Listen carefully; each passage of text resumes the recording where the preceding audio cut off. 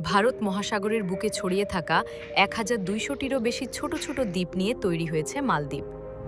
আয়তনে ছোট হলেও বিলাসিতা, প্রাকৃতিক সৌন্দর্য আর পর্যটনের জন্য এই দেশ পৃথিবীর সবচেয়ে স্বপ্নের জায়গাগুলোর একটি। আজ আমরা জানব মালদ্বীপ এত দামি কেন, এখানে মানুষ কিভাবে থাকে, আর কেন এই দেশ ধীরে ধীরে পানির নিচে তলিয়ে যাচ্ছে। মালদ্বীপ কোথায় এবং কেমন দেশ?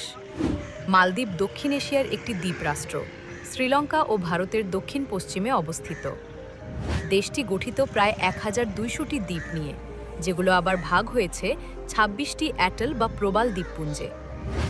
মজার ব্যাপার হলো, এই দ্বীপগুলোর মাত্র ২০০টিতে মানুষ বসবাস করে, আর প্রায় ১৫০টির বেশি দ্বীপ পুরোপুরি রিসোর্ট। দ্বীপ ও প্রাকৃতিক সৌন্দর্য। মালদ্বীপের সমুদ্র এত স্বচ্ছ যে ওপর থেকে নিচের মাছ দেখা যায়। এখানে আছে সাদা বালির সৈকত, নীল লেগুন আর পৃথিবীর অন্যতম